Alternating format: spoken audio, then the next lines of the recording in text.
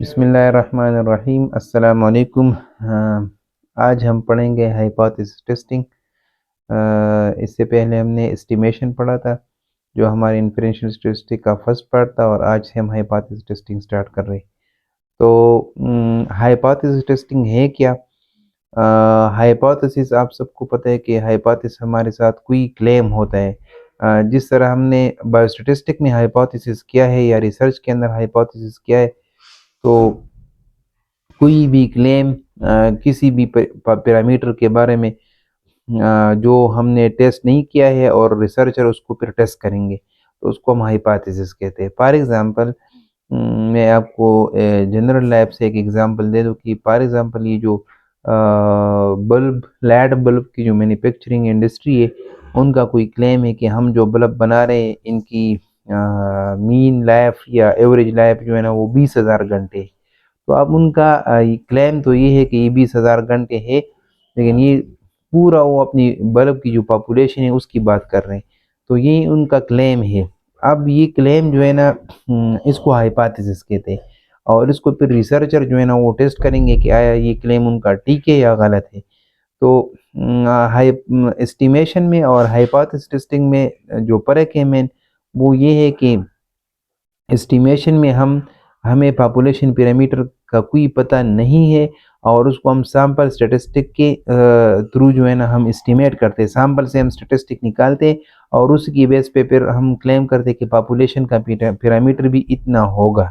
For example, हमें mean HB का पता नहीं है। जिस तरह हमने एग्जांपल में डिस्कस किया था कि for example someone is interested to find out the mean HB pregnant women in a district, लेकिन उसको पता नहीं है कि यहाँ पे पूरे डिस्ट्रिक्ट के अंदर जो वुमेन है उनकी पॉपुलेशन का मीन एचपी, क्योंकि पूरी पॉपुलेशन को स्टडी करना मुश्किल है, तो उसने एक रिप्रेजेंटेटिव सैंपल ले लिया और उस सैंपल के थ्रू उसने एस्टिमेट किया। तो आप सिंपल आपको ये पता होना चाहिए कि पॉपुलेशन पैरामीटर एस्टिमेशन में हमें पता नहीं है और उसको हम सैंपल से एस्टिमेट करते हैं। लेकिन हाइपोथेसिस टेस्टिंग में अब उस पॉपुलेशन पैरामीटर के बारे में किसी का क्लेम है, और हम टेस्ट करेंगे कि वो क्लेम जो है ना वो गलत है या सही है। तो दोनों तरीकों में हम दोनों एस्टिमेशन में और हाइपोथेसिस टेस्टिंग में दोनों में हम सैंपल स्टैटिस्टिक यूज करते हैं और उससे हम जो है ना वो निकालते हैं। ये अब स्टैटिस्टिक हम जब पढ़ते हैं तो स्टैटिस्टिक हमारे साथ डिस्क्रिप्टिव है और इन्फरेंशियल स्टैटिस्टिक है। फिर हमने इन्फरेंशियल में पढ़ा था कि एस्टिमेशन है और हाइपोथेसिस टेस्टिंग है। एस्टिमेशन में हमने पॉइंट एस्टिमेट भी पढ़ा था, इंटरवल एस्टिमेट भी पढ़ा था, और हाइपोथेसिस टेस्टिंग क्या है? तो हाइपोथेसिस टेस्टिंग ये बेसिकली ये एक स्टैटिस्टिकल इन्फरेंस है। जिस तरह आप ये जो सियासतदान तजज़िया-नगार लोग हैं, ये जो मुख्तलिफ सहाफ़ी लोग हैं या तजज़िया-निगार, ये जब कोई भी प्रोग्राम करते तो उसमें वो मुख्तलिफ इन्फ्लुएंसेस करते कि अब नेक्स्ट हुकूमत किसका होगा और कौन आएगा और आने वाले दिनों में क्या होगा। वो अपने अपनी एक्सपीरियंस के बेस पे जो है ना हमें पहले से आगाह करते। इसी तरह इन्फ्लुएंस, लेकिन वो जो है ना वो तो आम जो है ना हालात हाज़िरा के बारे में उनकी इन्फ्लुएंसेस होती है। अब स्टैटिस्टिक के अंदर जब आप ये अंदाज़े वगैरह लगाते तो ये स्टैटिस्टिकल इन्फरेंस, तो ये हमने इन्फरेंशियल स्टैटिस्टिक में हम यही काम करते हैं। इन्फरेंशियल स्टैटिस्टिक में हम बाय स्टैटिस्टिक के लिहाज से मुख्तलिफ अंदाजे लगाते हैं, और वो अंदाजे हम किस चीज़ के बेस पे लगाते हैं, वो हम सैम्पल सैम्पल इंफॉर्मेशन को हम यूज़ करके पॉपुलेशन के बारे में जो है ना हम गेस करते हैं। तो उसमें हमारे साथ एस्टिमेशन है और सिग्निफिकेंस या हाइपोथेसिस टेस्टिंग है। तो अब हाइपोथेसिस टेस्टिंग क्या है? ये भी एक स्टैटिस्टिकल इन्फरेंस है जिसमें हम गेस करते।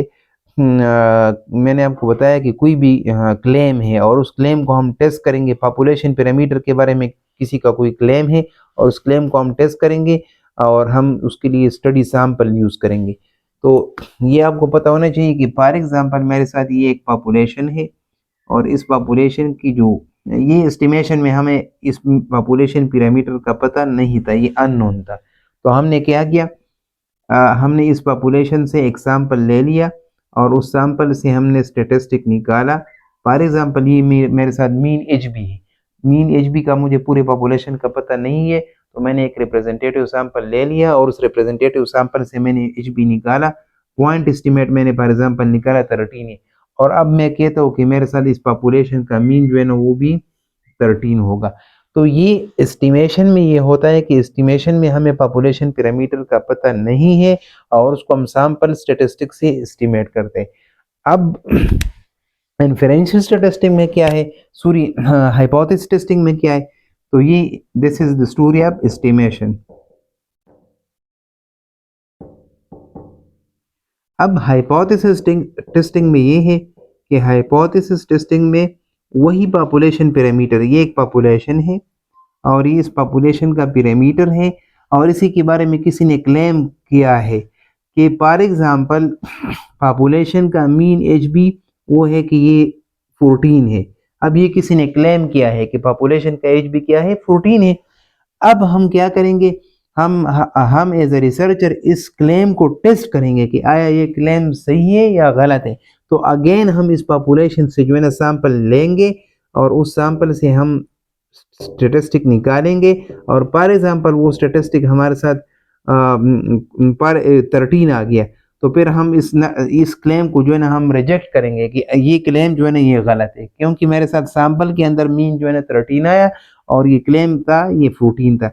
कभी कभार इस तरह होता है कि हमारे साथ ये 14 है और सैंपल का मीन भी 14 है और इसमें इतना डिफरेंस नहीं है, तो फिर हम कहेंगे कि fail to reject this hypothesis.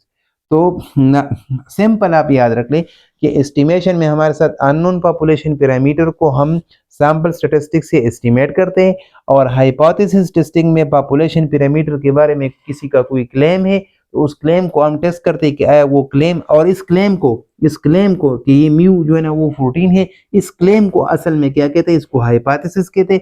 और अब इस क्लेम को टेस्ट करना ये प्रोसेस क्या है, हाइपोथेसिस टेस्टिंग।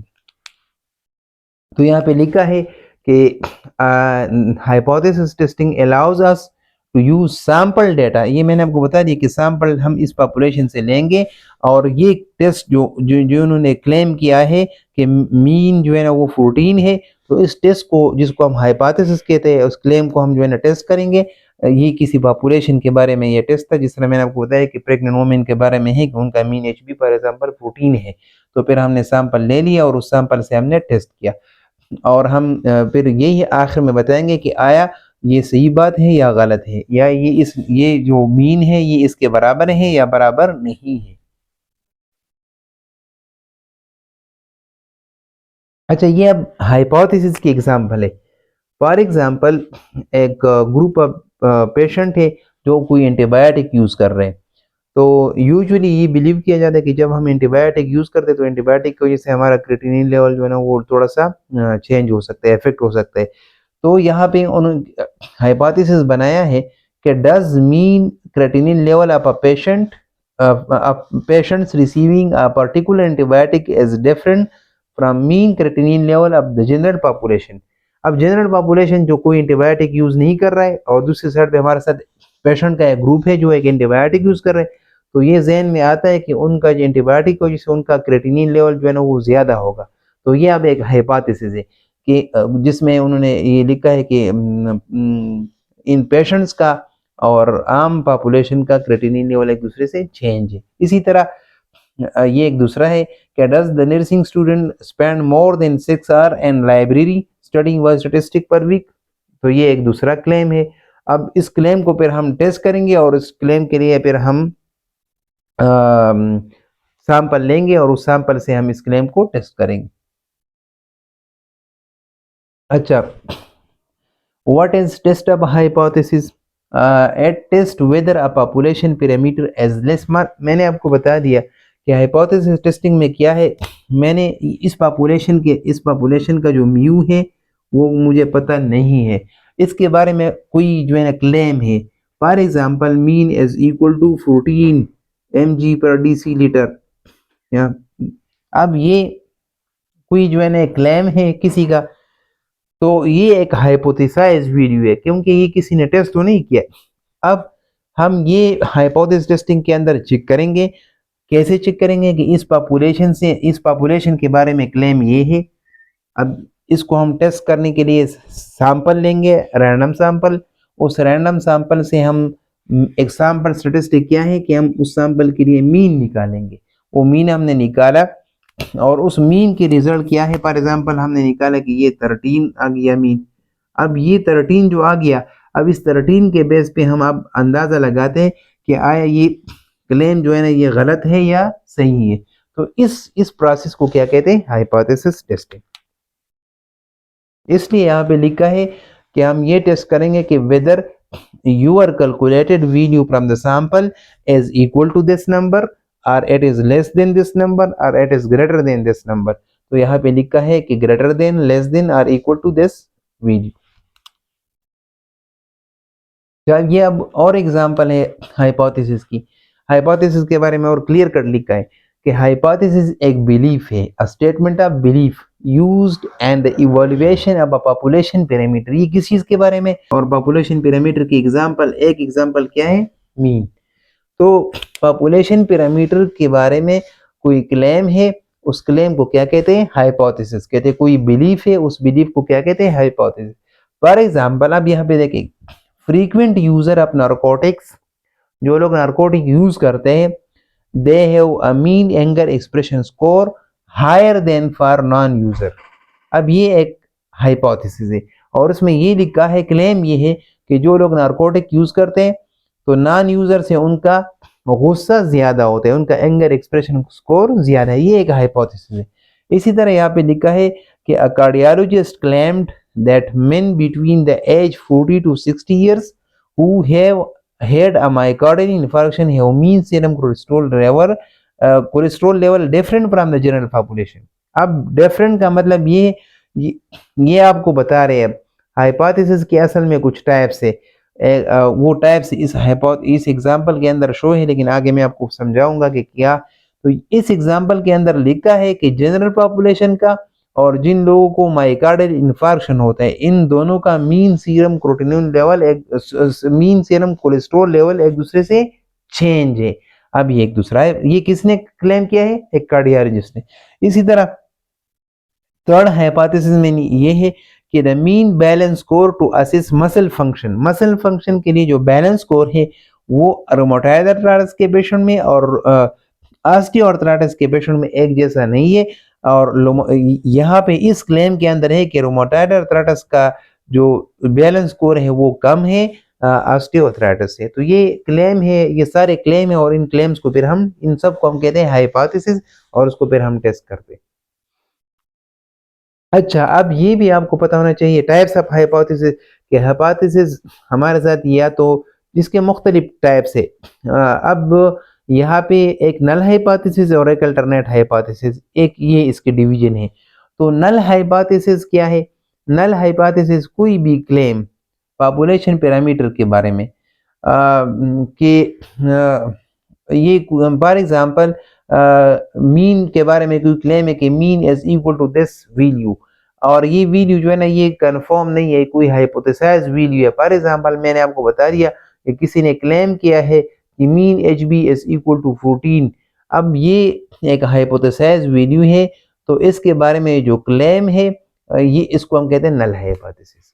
अब इस नल हाइपोथेसिस, और नल हाइपोथेसिस हमेशा आपको ये बताएगा, फॉर एग्जांपल ये भी आपके साथ नल हाइपोथेसिस है। यूजुअली अगर हम देखें तो जो लोग स्टडी करते हैं, तो फॉर एग्जांपल एक बंदा है वो 2 घंटे स्टडी कर रहे हैं और बायोस्टेट पढ़ रहे हैं, और दूसरा है वो बायोस्टेट के लिए 1 मिनट भी स्टडी नहीं कर रहे। तो नल हाइपोथेसिस कहेगा कि नहीं, ये दोनों जो लोग हैं जो स्टडी कर रहे हैं या नहीं कर रहे, दोनों का स्कोर में कोई डिफरेंस नहीं होगा। अब नल हाइपोथेसिस ये कह रहे कि दोनों के स्कोर में कोई डिफरेंस नहीं है, लेकिन अल्टरनेट हाइपोथेसिस या जो रिसर्चर हाइपोथेसिस है वो इसके अगेंस्ट हाइपोथेसिस, इसकी बिल्कुल कंप्लीट अपोजिट बनाएगा। ये दोनों एक दूसरे को अपोज करेंगे। नल हाइपोथेसिस कहेंगे कि ये जो बंदा है 4-5 घंटे स्टडी कर रहे हैं और जो नहीं कर रहे हैं, दोनों का पेपर में स्कोर एक जैसा होगा, there is no difference between the, मैं समझा रहा हूँ आप लोग। लेकिन नल हाइपोथेसिस कहेगा कि नहीं, there will be difference between the score of student who is studying biostatistics 6 hour and the one who is not studying biostatistics। तो इसलिए आपको पता होना चाहिए कि नल हाइपोथेसिस हमेशा कहेगा कि देयर इज नो डिफरेंस, और ये इसके अगेंस्ट कहेगा कि देयर इज डिफरेंस। ये हम इस हाइपोथेसिस में हम हमेशा नल हाइपोथेसिस के साथ डिसएग्री करेंगे। अगर वो कह रहे कि mu is equal to this value, तो आप कहेंगे कि mu is not equal to this value. अगर ये कहे कि mu is greater than this value, तो आप कहेंगे कि नहीं, mu is less than this value. अगर ये कह रहे कि म्यू इज ग्रेटर देन, तो आप इसको कहेंगे कि म्यू इज लेस देन। हम हमेशा जो है ना इस नल हाइपोथेसिस के साथ डिसएग्री करेंगे अल्टरनेट हाइपोथेसिस में। अच्छा, अब यहाँ पे देखें, ये इसकी एग्जाम्पल है कि नल हाइपोथेसिस कैसे लिखेंगे और अल्टरनेट हाइपोथेसिस कैसे लिखेंगे। अब नल हाइपोथेसिस कह रहे कि जो यूजर ऑफ नारकोटिक्स है, जो फॉर एग्जांपल अफ्यूम वगैरह यूज करते हैं या जो भी नशे की चीजें नारकोटिक वगैरह यूज करते हैं, उनका एंगर एक्सप्रेशन स्कोर जो है ना वो lower than or equal to non user. अब ये देखे, ये कह रहे हैं नल हाइपोथेसिस कि जो लोग नशे करते हैं और जो नहीं करते दोनों का एंगर स्कोर सेम है, या जो नशे कर रहे हैं उनका स्कोर एंगर एक्सप्रेशन स्कोर कम है। लेकिन रिसर्चर हाइपोथेसिस के अगेंस्ट बनेगा। अब रिसर्चर हाइपोथेसिस या अल्टरनेट हाइपोथेसिस कह रहे हैं कि नहीं, जो लोग नारकोटिक यूज करते हैं उनका एंगर एक्सप्रेशन स्कोर जो है ना आम लोगों से ज्यादा होगा। ये बिल्कुल इसके, अब यहाँ पे लोअर की बात करें, यहाँ पे हायर। तो मैंने आपको बता दिया कि नल हाइपोथेसिस के हमेशा हम अपोजिट जाएंगे अल्टरनेट हाइपोथेसिस में। यहाँ पे देखें कि men between the age 40 and 60 years who had a myocardial infarction have mean serum creatinine level similar to that of the general population। अब नल हाइपोथेसिस मैंने आपको बता दिया कि ये हमेशा कहेगा कि कोई डिफरेंस नहीं है। अब अगेन यहाँ पे कह रहे हैं कि आम लोगों का और जिन लोगों को एम आई होता है, दोनों के कोलेस्ट्रॉल लेवल में कोई चेंज नहीं है। हालांकि इन दोनों में चेंज है, तो इसलिए नल कार्डियोलॉजिस्ट जो रिसर्च कर रहे हैं, इसने इस नल हाइपोथेसिस को रिजेक्ट किया है और वो कह रहे कि नहीं, जो लोग जो है ना जिनको मायोकार्डियल इन्फार्क्शन होता है और जो आम पॉपुलेशन है, इन दोनों की कोलेस्ट्रॉल लेवल एक दूसरे से डिफरेंट है। इसी तरह the mean balance score rheumatoid arthritis ज्यादा डिसेबलिंग डिजीज है एज कंपेयर टू ऑस्टियोआर्थराइटिस। ये आप जब पढ़ेंगे आपको, और रिसर्च भी हमें कहते हैं कि रिमोटॉइड आर्थराइटिस जो है ना वो ऑस्टियोआर्थराइटिस से ज्यादा खतरनाक बीमारी है। अब नल हाइपोथेसिस क्या करे कि the mean balance score to assess muscle function among rheumatoid arthritis patient is greater than. अब रूमेटॉइड आर्थराइटिस की जो बैलेंस स्कोर है वो कम होगा क्योंकि वो हमारी बॉडी को ज्यादा अफेक्ट कर रहा है। लेकिन नल हाइपोथेसिस क्या करे कि वो ग्रेटर देन है or equal to osteoarthritis patient. लेकिन जो रिसर्चर हाइपोथेसिस उसने ठीक कहा है कि नहीं, मीन बैलेंस स्कोर जो है वो रूमेटॉइड आर्थराइटिस के पेशेंट में ऑस्टियोआर्थराइटिस के पेशेंट से कम है। अब ये इसके साथ बिल्कुल जो है वो ग्रेटर की बात कर रहे हैं और ये लोअर। तो हम हमेशा अगर ये लोअर की बात कर रहे हैं तो यहाँ पे हायर की बात हो रही है, अपोजिट। अगर ये सिमिलर की बात कर रहे हैं तो यहाँ पे डिफरेंट है, अपोजिट। अगर ये कह रहे हैं कि ग्रेटर है तो यहाँ पे हम इसकी लोअर देन की बात करेंगे। तो हमेशा हम अल्टरनेट हाइपोथेसिस में नल हाइपोथेसिस के साथ डिसएग्री करेंगे। और इसको हम इन तीन तरीकों से लिख सकते हैं। अगर नल हाइपोथेसिस हमें कह रहे हैं, null hypothesis is represented by H not while alternate hypothesis is represented by HA और H1। अच्छा, अब यहाँ पे नल हाइपोथेसिस कह रहे हैं कि म्यू, ये वो हाइपोथेसाइज वीडियो है, म्यू नॉट क्या है, फॉर एग्जांपल ये वो है कि म्यू HB हमारे साथ क्या है, 14 है। तो अब म्यू, नल हाइपोथेसिस कह रहे हैं कि म्यू इज ग्रेटर देन और equal to 14। For example mu not क्या है ये। तो आप अल्टरनेट हाइपोथेसिस में इसके अगेंस्ट लें कि नहीं, म्यू अगर ये ग्रेटर देन की बात कर रहे हैं तो आप इसके अपोजिट लिखेंगे कि लेस देन। अब यहाँ पे ये फर्स्ट पॉसिबिलिटी है।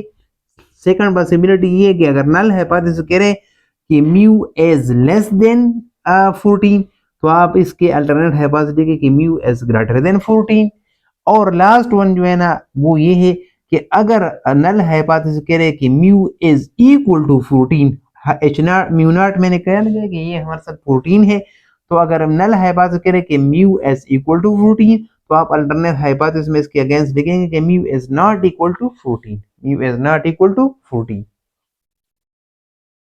अच्छा, अब यहाँ पे लिखा है 45 से उन्होंने एग्जांपल दिया है कि फॉर एग्जांपल ये वो हाइपोथेसाइज वीडियो है। अगर किसी का क्लेम है कि कोई मीन जो है ना मीन एज है, फॉर एग्जांपल कि mean age is equal to 45, ये वो क्लेम है। अब नल हाइपोथेसिस कहेगा कि म्यू इज इक्वल टू 45 तो आप इसके अगेंस्ट लिखेंगे अल्टरनेट हाइपोथेसिस में कि mu is not equal to 45। तो ये एक जोड़ा बन गया, ये आपके साथ इस नल हाइपोथेसिस और ये इसका अल्टरनेट हाइपोथेसिस। इसी तरह अगर आपका नल हाइपोथेसिस कह रहे कि म्यू इज लेस देन 45, ये जो साइन है ये लेस देन के लिए, तो अगर ये लेस देन 45 की बात करें तो अल्टरनेट हाइपोथेसिस के अगेंस्ट, कंप्लीट अगेंस्ट वो कह रहे हैं कि ग्रेटर देन 45। इसी तरह थर्ड पॉसिबिलिटी ये है कि अगर नल हाइपोथेसिस कह रहे हैं कि म्यू इज ग्रेटर देन 45 तो अल्टरनेट इसके अगेंस्ट फिर लिखा कि म्यू इज लेस देन 45। अभी हमने जो पॉसिबिलिटी पढ़ी कि हमारे साथ ग्रेटर देन, लेस देन और इक्वल और नॉट इक्वल, ये तीन पॉसिबिलिटी है। इनको हम दो टाइप्स ऑफ हाइपोथेसिस के अंदर डिवाइड करते हैं and this is called directional और नॉन डायरेक्शनल हाइपोथेसिस। अब डायरेक्शन का मतलब है कि इसमें कोई आपको इंडिकेशन मिल गया है कि कोई हायर है या लोअर है। अब हायर लोअर, हायर मीन कि हाई है, लोअर मीन कि लोअर। अब ये इस तरह की टर्मिनोलॉजी अगर आपके साथ है, फॉर एग्जांपल हायर है, तो हायर हमें बता रहे हैं कि अब बेल शेप कर्व में कौन सा टेल यूज होगा, अपर टेल यूज होगा। अब यहाँ पे हम कैलकुलेशन वगैरह करेंगे। अगर कह रहे कि आपके साथ नल हाइपोथेसिस जो है ना कह रहे कि लोअर देन, तो लोअर देन में का मतलब ये हुआ कि अब मेरे साथ बेल शेप कर्व में कौन सा टेल यूज होगा, लोअर टेल यूज होगा। तो इस तरह की कंडीशन, अब ये आपके साथ लोअर देन वाली बात है और ये आपके साथ हायर देन है। अब इसमें हमें क्लियर कट डायरेक्शन का पता चल रहा है कि ये अपर टेल और ये। अब इस कंडीशन में हम इस हाइपोथेसिस को कहेंगे कि ये वन टेल है और अब यहाँ पे अपर टेल यूज हो रहे हैं और यहाँ पे लोअर टेल यूज हो रहे हैं। तो चाहे आपके साथ अपर टेल यूज हो रहे हैं, डायरेक्शन ऊपर की तरफ है, या डायरेक्शन आपके साथ लोअर टेल में है, तो इन दोनों को हम कहते हैं डायरेक्शनल हाइपोथेसिस। इसको हम क्या कहते हैं, डायरेक्शनल हाइपोथेसिस। लेकिन अगर इस तरह है कि सिमिलर है या नॉट इक्वल है, तो अब देखिए उसके लिए फिर हमें अब पता नहीं कि कौन सा टेल यूज हो रहे हैं। अब हायर देन और लोअर देन का पता नहीं चल रहा। अब ये इसमें इस तरह होगा कि अगर नॉट इक्वल की बात कर रहे तो इसका मतलब है कि कम भी हो सकता है और ज्यादा भी हो सकता है। तो अब आपके साथ बोथ टेल यूज हो रहे और कोई भी आपके साथ एक डायरेक्शन नहीं है, इसलिए ये टू टेल हाइपोथेसिस, इसको हम कहते हैं non directional hypothesis. One tail hypothesis are called directional and two tail hypothesis are called non directional. की समझ आ गई? अच्छा, अब वन टेल देखें, upper tail greater than, mu as greater than mu naught, ये अपर टेल। अच्छा, इसके अल्टरनेट हाइपोथेसिस जो है ना, ये सारे अल्टरनेट इनके ये ऊपर अल्टरनेट है। फॉर एग्जांपल ये आपके साथ इसका वो है नल हाइपोथेसिस है कि mu as less than mu not, तो इसके अगेंस्ट आप लिखेंगे कि mu as greater than mu not और आपका अपर टेल यूज होगा। अगर आपका नल हाइपोथेसिस कह रहे कि नल एच नॉट कह रहे कि mu as greater than mu not, तो आप इसके अगेंस्ट लेंगे कि mu as less than mu not, तो लोअर टेल यूज करेगा। और अगर आपका नल हाइपोथेसिस कह रहे कि mu is equal to this value, तो आप कहेंगे कि this is not equal to mu not. और अब इस कंडीशन में आपके दोनों टेल यूज होंगे, क्योंकि अब मुझे क्लियर कट पता नहीं है कि नॉट इक्वल मैंने लिखा, लेकिन कम भी हो सकता है और ज्यादा भी हो सकता है, तो एनी टेल की चांसेस है। तो इस तरह की हाइपोथेसिस को फिर हम कहते हैं नॉन डायरेक्शनल हाइपोथेसिस।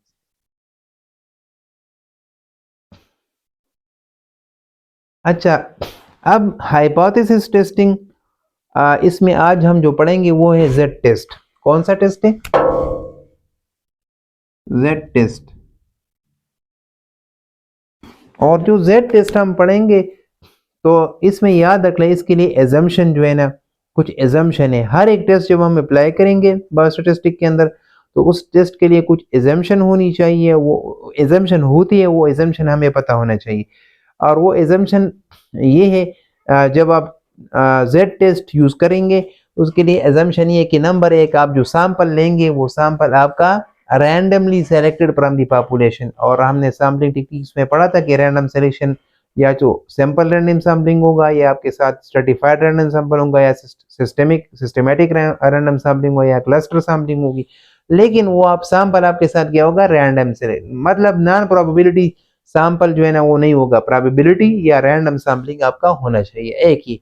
दूसरा ये कि जिस पॉपुलेशन से आप ये सैंपल सेलेक्ट कर रहे हैं तो वो पॉपुलेशन जो है ना वो नॉर्मली डिस्ट्रीब्यूट होना चाहिए, और अगर वो पॉपुलेशन नॉर्मल डिस्ट्रीब्यूट नहीं है तो फिर आपका सैंपल साइज जो है ना वो कम से कम जो है ना वो आपके साथ 30 या 30 से अबव होना चाहिए। ये दो शर्त आप याद रख लें कि नंबर 1 आपका सैंपल रैंडम सैंपल होना चाहिए, दूसरी बात ये कि आपकी पॉपुलेशन जो है ना जिससे आप ये सैंपल सेलेक्ट कर रहे हैं वो नॉर्मली डिस्ट्रीब्यूट होना चाहिए, और अगर नॉर्मली डिस्ट्रीब्यूट ना भी है तो उस पॉपुलेशन से आप सैंपल जब लेंगे तो सैंपल आपका sample size should be greater than or equal to 30, मतलब 30 से कम एक्सेप्ट 30 से कम सैंपल साइज हो तो उसको फिर आप जेड टेस्ट अप्लाई नहीं कर सकते। और दूसरी बात ये कि पॉपुलेशन वेरिएंस या पॉपुलेशन स्टैंडर्ड डिविएशन आपको पता होना चाहिए, वो आपको दिया जाता है। अगर नहीं दिया गया है तो फिर चूंकि सैंपल साइज आपका ज्यादा होगा तो फिर आप सैंपल की स्टैंडर्ड डिविएशन को यूज कर सकते हैं एज पॉपुलेशन स्टैंडर्ड डिविएशन।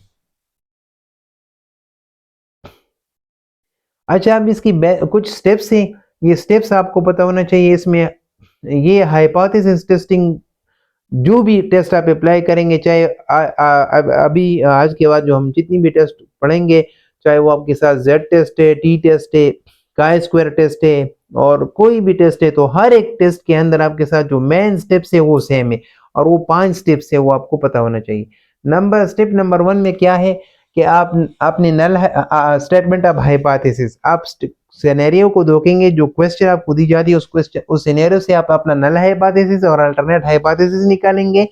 उसके बाद फिर जो हमने पिछले क्लास में डिस्कस किया था कि हमारे साथ जो लेवल ऑफ सिग्निफिकेंस है, जो मैंने आपको बताया था कि जो एरर के लिए हम जो एरिया रखते हैं, एक हमारे साथ कॉन्फिडेंस लेवल है और एक लेवल ऑफ सिग्निफिकेंस है। तो कॉन्फिडेंस लेवल तो आपके साथ एक्सेप्टेंस एरिया है, और उसके बाहर जो एरर के लिए हम एरिया रखते हैं उसको हम क्या कहते हैं, लेवल ऑफ सिग्निफिकेंस। तो ये आपको पता होना चाहिए। उससे हम ये हमें अगर 95% है तो हमारा अल्फा 5% होगा, अगर 90% कॉन्फिडेंस लेवल है तो हमारा अल्फा 10% होगा, और अगर 99% हमारा कॉन्फिडेंस लेवल तो हमारा अल्फा 1% होगा। स्टेप नंबर 3 पर हम रिजेक्शन रीजन मालूम करेंगे। रिजेक्शन रीजन वही है जो हमारे साथ एक्सेप्टेंस एरिया और रिजेक्शन। फॉर एग्जांपल ये आपके साथ बेल शेप कर्व है, और ये बेल शेप कर्व में मैंने आपको बताया था कि ये आपके साथ वो 90% या 95% वाला एरिया है, जो जिसको हम कहते हैं एक्सेप्टेंस एरिया, वो कॉन्फिडेंस लेवल वाला। ये 95% मेरा कॉन्फिडेंस लेवल है, तो ये 95% के अंदर जो एरिया है इसको कहते हैं एक्सेप्टेंस एरिया, और इसके बाहर जो एरिया है इसको हम कहते हैं रिजेक्शन एरिया, या इसको हम क्रिटिकल रीजन भी कह सकते हैं। और इस देखें, ये जो आपके साथ ये जो पॉइंट है, जिस पॉइंट पे आपके साथ जो है ना जो एक्सेप्टेंस और रिजेक्शन के दरमियान एक बाउंड्री है, अगर इससे आप अंदर आएंगे तो एक्सेप्टेंस एरिया है, और अगर इससे बाहर जाएंगे तो रिजेक्शन एरिया है। तो इस पॉइंट को हम क्रिटिकल पॉइंट या क्रिटिकल एरिया, और इस पे जो जी स्कोर की वैल्यू है उसको हम कहते हैं क्रिटिकल वैल्यू ऑफ जी, या और ये हम यूजुअली टेबल से मालूम करते हैं। हम टेबल से इस वैल्यू को मालूम करते हैं, इसलिए इसको हम कहते हैं जी टेबुलेटेड। ये हम टेबल से मालूम करते हैं, तो इसलिए अगर Z टेस्ट है तो इसको Z टेबुलेटेड कहते हैं, अगर T टेस्ट है तो इसको T टेबुलेटेड कहते हैं, जो टेबल से मालूम कर रहे हैं। और अगर आपके साथ कोई भी टेस्ट है तो उसको हम उस टेस्ट के मुताबिक जो है ना उसकी साइन को यूज करके हम उसको टेबुलेटेड वीडियो कहते हैं। और उसके बाद फिर हम ये हमारे साथ जो है ना Z टेबुलेटेड हो गया। फॉर एग्जाम्पल अगर आपका 95% है तो 95% में फिर आपके साथ ये जो एरिया है वो ये आगे हम इंशाल्लाह उसमें डिस्कस करते हैं, लेकिन ये जी और ये दोनों टेल है, तो अल्फा आपके साथ अल्फा बाई 2 है यहाँ पे है, और अल्फा बाई 2 यहाँ पे है, क्योंकि अल्फा आपके साथ 2.5% यहाँ पे होगा और 2.5% अल्फा इधर होगा, और 95% आपका एक्सेप्टेंस एरिया है। और फिर हम फार्मूले से, चाहे जो भी टेस्ट है, अगर Z टेस्ट है तो Z टेस्ट का अपना फार्मूला है, T टेस्ट है तो उसका अपना फार्मूला है, उस फार्मूले से हम कैलकुलेटेड वैल्यू निकालेंगे। तो एक हमारे साथ अगर Z टेस्ट है तो एक Z की टेबुलेटेड वैल्यू है, उसको हम क्रिटिकल रीजन या Z टेबुलेटेड भी कह सकते हैं, हम टेबल से निकालेंगे। और दूसरा टेस्ट स्टैटिस्टिक है, तो टेस्ट स्टैटिस्टिक हम जो है ना वो जी स्कोर के फार्मूले से निकालेंगे और फिर हम इन दो जी स्कोर की वैल्यू को कंपेयर करेंगे। एक हमारे साथ z टेबुलेटेड है और एक स्टेप नंबर 4 में हम मालूम करेंगे z कैलकुलेटेड। फार्मूले से जो आप मालूम करेंगे z की वैल्यू उसको हम कहते हैं z कैलकुलेटेड। फार्मूले से जो हम टेस्ट स्टैटिस्टिक्स से हम जो z स्कोर की वैल्यू मालूम करते हैं उसको z कैलकुलेटेड कहते हैं और जो हम टेबल से मालूम करते हैं उसको z टेबुलेटेड कहते हैं। और फिर हम इन दोनों को आपस में कंपेयर करते हैं। अगर z टेबुलेटेड आपका ये है और फॉर एग्जांपल आपका ये प्लस 1.96 है और ये माइनस 1.96 है। अब ये आपका टेबुलेटेड वीडियो है। टेबल से जी स्कोर की वीडियो आपके साथ 1.96 या माइनस 1.96 है। अब आपने फार्मूले से जी स्कोर की वीडियो निकाली और वो फॉर एग्जांपल कैलकुलेटेड वीडियो आपके साथ 2.5 आ गई। तो अब ये 2.5 देखे, ये 2.5 तो आप इस टेबुलेटेड वीडियो से बाहर फॉल कर रहे हैं ना, ये क्योंकि ये इससे ज्यादा है।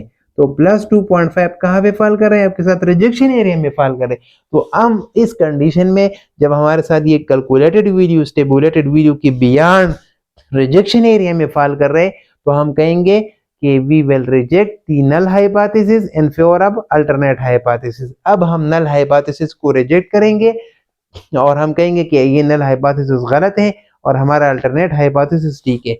लेकिन अगर आपके साथ ये जी कैलकुलेटेड की वैल्यू आ जाती है, फॉर एग्जांपल ये 1.5 आ गया प्लस 1.5, अब प्लस 1.5 तो 1.96 के अंदर फॉल कर रहा है इस एरिया में। तो ये 1.5 अगर आपके साथ आता है तो फिर अब हम नल हाइपोथेसिस को रिजेक्ट नहीं कर सकते, तो फिर हमारा डिसीजन होगा fail to reject the null hypothesis. तो ये स्टेप नंबर 4 में फिर हम कंक्लूजन करेंगे और डिसीजन हम करेंगे या नल हाइपोथेसिस को हम रिजेक्ट करेंगे या fail to reject the null hypothesis. अच्छा, तो अब ये स्टेप हम वन बाय वन पढ़ते हैं कि हम नल स्टेटमेंट ऑफ हाइपोथेसिस कैसे लिखेंगे। तो ऑलरेडी हमने डिस्कस किया कि अगर हमारे साथ जो है ना नल हाइपोथेसिस कह रहे, फॉर एग्जांपल ये यहाँ पे है कि नल हाइपोथेसिस कह रहे कि म्यू इज ग्रेटर देन और इक्वल टू म्यू नॉट, तो आप इसकी अल्टरनेट हाइपोथेसिस लिखेंगे कि mu is less than mu not. तो ये एक पॉसिबिलिटी होगी। अब यहाँ पे नल हाइपोथेसिस कह रहे कि ग्रेटर देन, तो अल्टरनेट ने कहा कि लेस देन। अगर यहाँ पे नल हाइपोथेसिस कह रहे कि म्यू इज लेस देन, तो आप इसके अगेंस्ट लिखेंगे ग्रेटर देन। अगर म्यू नॉट के नल हाइपोथेसिस कह रहे एच नॉट के आप mu is equal to this value, तो आप कहेंगे कि म्यू इज नॉट इक्वल। तो ये दोनों आपके साथ डायरेक्शनल हो गए, ये दोनों डायरेक्शनल हो गए और ये आपके साथ ना, क्योंकि ये डायरेक्शनल है, ये लोअर टेल लेस देन है तो लोअर टेल यूज करेगा, ये ग्रेटर देन है तो ये अपर टेल यूज करेगा, और जब ये नॉट इक्वल तो दोनों टेल यूज होंगे। तो ये हमारे साथ नॉन डायरेक्शनल हो गया और ये दोनों हमारे साथ डायरेक्शनल हाइपोथेसिस। अच्छा, स्टेप नंबर 2 में मैंने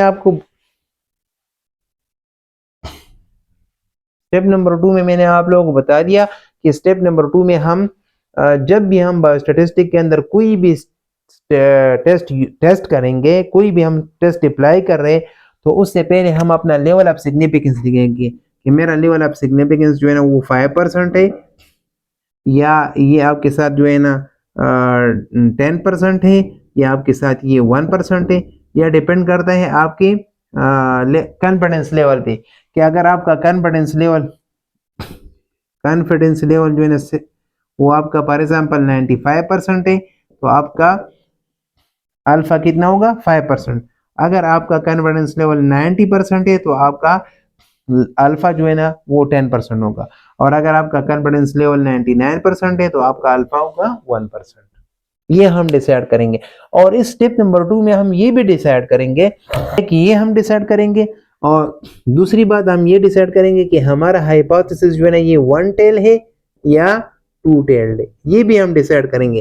क्योंकि डायरेक्शनल हाइपोथेसिस है या नॉन डायरेक्शनल, क्योंकि अगर आपका 1 टेल हाइपोथेसिस है तो 1 टेल हाइपोथेसिस में पूरा अल्फा अपर टेल में होगा। फॉर एग्जांपल आपका 95% है, यही 95% है, लेकिन ग्रेटर देन का लिखा है, तो अब आपका 95% जो है ना वो पूरा इस 5% आपका ये एरिया होगा, और ये 50% ये एरिया होगा, और 45% ये एरिया होगा। इसी तरह अब इसको देखें, आपका जो है अल्फा पूरा एक साइड में है और ये पूरा आपका जो है ना ये कॉन्फिडेंस लेवल है, यहाँ से लेकर यहाँ तक आपका कॉन्फिडेंस लेवल है और आपका 5% जो अल्फा है वो पूरा अपर टेल में है।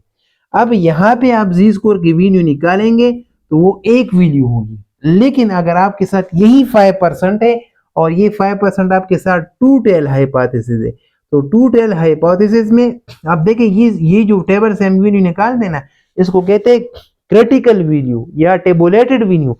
तो इसके बेस पे तो हम ये हमारा स्टैंडर्ड है, इस स्टैंडर्ड के साथ फिर हम कैलकुलेटेड वैल्यू को कंपेयर करते हैं। तो अगर आपने ये मेरा मकसद ये कि आप हाइपोथेसिस को देखेंगे और ये कंफर्म करेंगे कि हाइपोथेसिस आपका वन टेल है या टू टेल है। और वो आपको कैसे पता चलेगा? अगर आपके स्टेटमेंट में ग्रेटर देन का वर्ड लिखा है या लेस देन का वर्ड लिखा है या हायर देन का वर्ड लिखा है तो इसका मतलब है कि ये वन टेल है। और अगर इस तरह लिखा है कि डिफरेंट और सिमिलर नॉट इक्वल, अब ये चीजें ऐसे है कि इसमें हमें क्लियर कट इंडिकेशन नहीं मिल रही कि हायर है या लोअर है, तो उसमें फिर हमारे साथ जो है ना हाइपोथेसिस जो है ना वो टू टेल है। अब अगर टू टेल है और वही 95% है तो उसमें फिर 95% आपका दरमियान में होगा, ये 95% आपका एक्सेप्टेंस एरिया हो गया। और इसमें अब 5% है तो 5% में आपके साथ 2.5% अल्फा इधर होगा और 2.5% अल्फा इधर होगा, तो ये अल्फा बाय 2 है और ये टू टेल में आपका अल्फा दोनों टेल में डिवाइड होगा, लेकिन वन टेल हाइपोथेसिस में आपका अल्फा एक टेल में होगा। अब देखिए 5% है, अब मेरे साथ ये अल्फा दोनों टेल में डिवाइड हो गया तो ये 95% एक साइड में 47.5 इधर हो गया और 47.5 इधर हो गया। और ये 47.5 अगर हम एरिया में कन्वर्ट कर ले तो ये 0.4750 बनता है और ये भी 4.750 बनता है। और इसी तरह इस एरिया को देखें, यहाँ पे अगर हम इस पॉइंट में अब ये यहाँ पे इस एरिया के लिए अगर हम ये जी स्कोर की वैल्यू निकालें तो ये आपके साथ ये जी टेबुलेटेड या क्रिटिकल वैल्यू है, यहाँ पे आपके साथ प्लस में वैल्यू होगी और यहाँ पे माइनस में होगी। लेकिन अगर आपके साथ वही अल्फा है लेकिन वो वन टेल में है तो आपका आप देखें अब एरिया मीन और यहाँ पे इस जेड पॉइंट के दरमियान एरिया अब 0.4500 है। तो आप मुझे ये बताएं कि 4.500 के लिए और 4.750 के लिए एक एरिया हो सकता है? इसके लिए इन दोनों एरिया के लिए जी स्कोर की वैल्यू एक तो नहीं हो सकती। यहाँ पे आपके साथ जी स्कोर की वैल्यू जब हम टेबल में देखेंगे तो ये प्लस 1.96 और माइनस 1.96 है, और जब यहाँ पे हम देखेंगे तो ये 1.645 है। तो आप देखिए ये टेबल में 0.4500 के लिए जी स्कोर की वैल्यू 1.645 है, और जब आपके साथ टू टेल में डिवाइड है तो ये आप देखें अब ये आपका क्रिटिकल पॉइंट है। इसी के बेस पे आप डिसाइड करेंगे कि आया मेरा हाइपोथेसिस जो है ना वो मैं रिजेक्ट कर लूं या रिजेक्ट ना कर लूं। तो अगर आपने टू टेल की जगह वन टेल कर दिया या वन टेल की जगह टू टेल कर दिया तो आपका क्वेश्चन गलत होगा, क्योंकि ये आपका स्टैंडर्ड पॉइंट है। फॉर एग्जाम्पल मैं आपको एग्जाम्पल दे रहा हूँ, अगर आपका जो है ना टू टेल हाइपोथेसिस है, असल में आपका हाइपोथेसिस क्या है? टू टेल हाइपोथेसिस है, और टू टेल हाइपोथेसिस में आपने क्रिटिकल वैल्यू निकाला कि वो 1.96 है, और फिर स्टेप नंबर 4 में आपने टेस्ट स्टैटिस्टिक जो है ना निकाला। टेस्ट स्टैटिस्टिक मीन कि आपने z की कैलकुलेटेड वैल्यू निकाली और वो कैलकुलेटेड वैल्यू अपने फार्मूले से निकाली और वो फॉर एग्जांपल आपके साथ 1.7 आ गया, 1.7। अब ये प्लस 1.7 है, तो अगर ये प्लस 1.7 है और आपका हाइपोथेसिस हकीकत में टू टेल है, हकीकत में क्या है? टू टेल है, तो टू टेल में अगर हम देखेंगे तो ये 1.7 कहाँ पे फॉल कर रहे हैं? ये तो यहाँ पे एक्सेप्टेंस एरिया में फॉल कर रहे हैं। तो मेरा डिसीजन क्या है? फेल टू रिजेक्ट है। क्या है? Fail to reject. लेकिन अगर मैंने गलती से, अब मेरा टू टेल था लेकिन मैंने गलती से वन टेल किया और मैंने जेड स्कोर की वैल्यू ये निकाला, तो इस कंडीशन में 1.7 कहाँ पे फॉल कर रहे हैं? रिजेक्शन एरिया में फॉल कर रहे हैं। तो आप यहाँ पे डिसीजन करेंगे कि मेरा रिजेक्ट है, और एमसीक्यूज में आपको ये ऑप्शन दिया गया है या क्वेश्चन में आपको दिया गया कि ये तो फेल टू रिजेक्ट है, आप फेल टू रिजेक्ट से ये ऑप्शन है। लेकिन आपने गलती से क्या किया कि आपने हाइपोथेसिस को गलत कंसीडर किया और आपने टू टेल को वन टेल कंसीडर किया, और जब वन टेल कंसीडर करेंगे तो 1.7 तो आपके साथ आप रिजेक्शन एरिया में फॉल कर रहे हैं, और इस कंडीशन में ये फेल टू रिजेक्ट में, तो आपका पूरा क्वेश्चन गलत होगा। इसलिए इस चीज को समझना कि मेरा हाइपोथेसिस वन टेल है या टू टेल है, ये बहुत ज्यादा जरूरी है। अब स्टेप नंबर 3 में टेस्ट स्टैटिस्टिक निकालना है, वो मैंने आपको बता दिया। टेस्ट स्टैटिस्टिक कैसे निकालना है, वो उसका फार्मूला है। अब अगर जेड टेस्ट है तो जेड टेस्ट में टेस्ट स्टैटिस्टिक का फार्मूला है एक्स माइनस म्यू और divided by standard error sigma divided by N under the root. अब देखिए ये हमें एक्स बार म्यू नॉट तो क्लेम होता है। अब ये म्यू नॉट तो क्लेम होगा कि वो नल हाइपोथेसिस ने क्लेम किया कि म्यू एज दिस वैल्यू, और आप सैंपल आपने ले लिया, 30 से ग्रेटर। मैंने अब शर्त में कहा कि सैंपल कितना होना चाहिए, 30 या 30 से अबव। आपने सैंपल ले लिया और पॉपुलेशन का मीन और स्टैंडर्ड डिविएशन दोनों आपको दिए गए। आपने सैंपल ले लिया और सैंपल के लिए आपने एक्स बार निकाला स्टैटिस्टिक। अब ये सारी वीडियो आप इसमें पुट करेंगे तो आपके साथ इसके साथ जी स्कोर की वीडियो आएगा, जिसको हम कहते हैं टेस्ट स्टैटिस्टिक या जी कैलकुलेटेड। और ये जी कैलकुलेटेड फिर हम क्रिटिकल वैल्यू के साथ टेबुलेटेड वैल्यू के साथ कंपेयर करेंगे। ये इसका फार्मूला हो गया। अब स्टेप 4 में आपके साथ क्या है, आप मालूम करेंगे क्रिटिकल वैल्यू। अब क्रिटिकल वैल्यू टेबल से मालूम करेंगे। मैंने आपको बताया कि ये अब अल्फा, हमारी जो अल्फा हमें दिया गया है, उस अल्फा के बेस पे हम जो है ना हम देखेंगे कि हमारा हाइपोथेसिस 1 टेल है या 2 टेल है उससे, और अल्फा की वैल्यू से हम टेबल से एरिया निकालेंगे और वहां से हम कैलकुलेटेड क्रिटिकल वैल्यू या हम जी टेबुलेटेड निकालेंगे। और उसका तरीका क्या है, कैसे निकालना है उसको हम, फॉर एग्जाम्पल अगर आपका अल्फा जो है ना वो 5% है, आपका अल्फा क्या है 5% है, तो 5% अल्फा में मैंने आपको अभी आप ड्रा भी आप लोग को किया कि 5% में फिर और वो 2 टेल है, तो आपका 2 टेल में ये अल्फा डिवाइड होगा। आप देखिए 2.5% है वो इधर होगा और 2.5% इधर होगा, और 95% आपके साथ उसमें 47.5 और 47.5, तो ये आपके साथ ये वाला एरिया ये भी 0.4750 है और इस साइड का भी 0.4750 है। अब इस मीन और इस पॉइंट के दरमियान ये 95% का जो एक्सेप्ट है, इसके दरमियान अगर हम एरिया देखें तो ये एरिया मेरे साथ 0.4750 है, और टेबल में जब हम देखेंगे तो ये 0.4750 जो है ना ये 1.9 और 6 के नीचे है। तो इसलिए इस पॉइंट पे मेरे साथ जो जी स्कोर की वैल्यू है वो +1.96 है, और इस साइड पे मेरे साथ जो वैल्यू है वो -1.96 है। तो इस तरीके से हम जो है ना ये क्रिटिकल वैल्यू ही निकालेंगे। ये मैंने इससे पहले वाले लेक्चर में भी आप लोगों को समझाया है कि कैसे आप लोग ये निकालेंगे। तो इस तरीके से अब जो है ना हम 95% रहे हैं, और अगर 2 टेल है तो हमारे साथ क्रिटिकल वैल्यू क्या है वो +-1.96, ये आपको पता होना चाहिए। और अगर आपके साथ ये 95% है और 1 टेल है तो फिर आपके साथ ये चेंज होगा। फॉर एग्जाम्पल ये मेरे साथ है यहाँ पे वही 95% है, 5% मेरा अल्फा है, लेकिन मेरे साथ ये कौन सी 2 टेल है, 2 टेल टेस्ट विद 5%। अब देखे क्लियर कर देंगे, यहाँ पे मेरे साथ वही ये मेरे साथ एक्सेप्टेंस एरिया है। इस एक्सेप्टेंस एरिया के दरमियान टोटल एरिया कितना है 95%, क्योंकि मेरा कॉन्फिडेंस लेवल क्या है 95%। तो अब 95% को हम जब इन दोनों साइड में डिवाइड करेंगे तो ये 47.5% ये हो गया और 47.5% ये हो गया। 47.5% को जब हम एरिया में कन्वर्ट करेंगे तो ये 0.4750 ये हो गया और 0.4750 ये हो गया।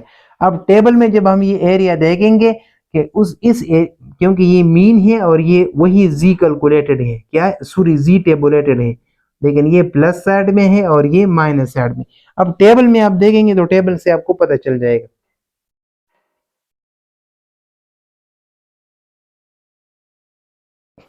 ये टेबल है। अब इस टेबल में आप देखें कि 0.4750 एरिया है, ये एरिया यहाँ पे बिल्कुल एग्जैक्ट मेंशन है। तो 0.4750 ये बिल्कुल एग्जैक्ट 1.9 और ये 6 वाले कॉलम में है, तो इसलिए हमारे साथ जो है ना ये इसकी वैल्यू जो है ना, अब देखिए ये एरिया अगर अब भी किसी को समझ नहीं आ रही तो फिर मैं आपको समझा दूं कि आपके साथ ये जो कॉलम 1 है ये आपके साथ जी स्कोर की वैल्यू है, और ये फॉर एग्जांपल 1 ये देखें 0.0 और 1.5 1.3, तो पॉइंट के बाद जो 1 डिजिट है 1 पॉइंट, ये देखिए 0.1 0.2, तो पॉइंट के बाद 1 डिजिट आपको यहाँ पे मिलेगा। अगर आपके साथ जी स्क्वायर की वैल्यू 1.35 है, 1.35 है, तो फिर आप देखिए 1.3 तो आपको यहाँ से मिलेगा, ये 1.3 है, लेकिन 5 के लिए आप एरिया देखेंगे तो मैंने आपको देखा कि ये पॉइंट का दूसरा जो डेसिमल के बाद ये दूसरी डिजिट है, उसके लिए आप ये वाला सेलेक्ट करेंगे। अगर ये है 5 तो 5 वाला कॉलम सेलेक्ट करेंगे। अब देखें 1.3 और ये 5 वाला, तो अगर 1.3 और 5 है तो आपका एरिया ये होगा। फिर आपने फिर इस एरिया को सेलेक्ट करना है। इस तरीके से आपको टेबल यूज करना है। और अगर आपने एरिया से जी स्क्वायर की वैल्यू मालूम करना है तो फिर आप एरिया को यहाँ पे मालूम करेंगे, और एरिया से फॉर एग्जांपल मैं 0.4950 ये इस एरिया के लिए मैंने जी स्क्वायर की वैल्यू मालूम करना है। तो अब ये एरिया मैं इस एरिया के अंदर देख लूंगा कि किधर है ये। अच्छा, अब ये एरिया मैंने लिख दिया और मैंने इस एरिया से जी स्क्वायर की वैल्यू मालूम करना है।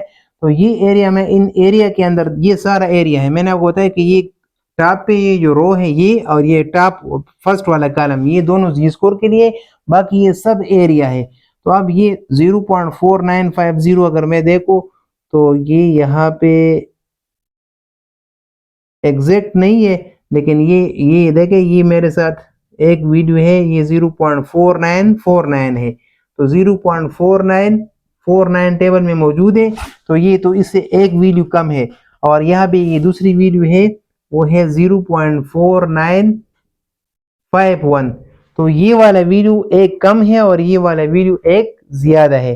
तो हम इन दोनों एरिया को सेलेक्ट कर सकते हैं। और ये किस चीज के सामने है, ये अगर हम देखें तो ये है 2.5 के सामने, ये 2.5 के सामने। तो इस एरिया के लिए जी स्क्वायर की वैल्यू 2.5 ये हो गया। और ये कौन से कॉलम में है, और ये 7 और 8, क्योंकि 7 वाला 1 कम है और 8 कॉलम वाला 1 ज्यादा है, तो हम इसके लिए एक जी स्क्वायर की वैल्यू इस एरिया के लिए अगर हम जी स्क्वायर की वैल्यू लिखेंगे तो वो 2.5 7 और 8 हम दोनों लिखेंगे। इस तरीके से हम एरिया से जी स्क्वायर की वैल्यू मालूम करेंगे। अच्छा, ये हमने डिस्कस किया। -1.96 और +1.96 ये मैंने आपको बता दिया कि अगर आपके साथ जो है ना वो है 2 टेल 5% है तो आपके साथ 47.5%, 47.5%, और इसके लिए एरिया ये, और टेबल में हमने देख दिया कि 1.96 है, तो ये आपका 95% 2 टेल के लिए।